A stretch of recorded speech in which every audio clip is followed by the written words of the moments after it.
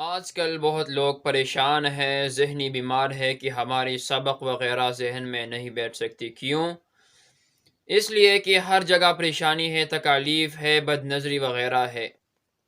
تو ان حضرات کے لیے جن کا امتحان سر پر آ گئی ہو اور وہ ٹینشن میں مبتلا ہو کہ ہماری حافظی کیوں کمزور ہے، تو 2-3 نسخے وظیفے میں آپ کو بتا رہا ہوں، ان پر عمل شروع کر دو، انشاءاللہ آپ بالکل کمپیوٹر کی طرح یادداشت میں مضبوط ہوں گے۔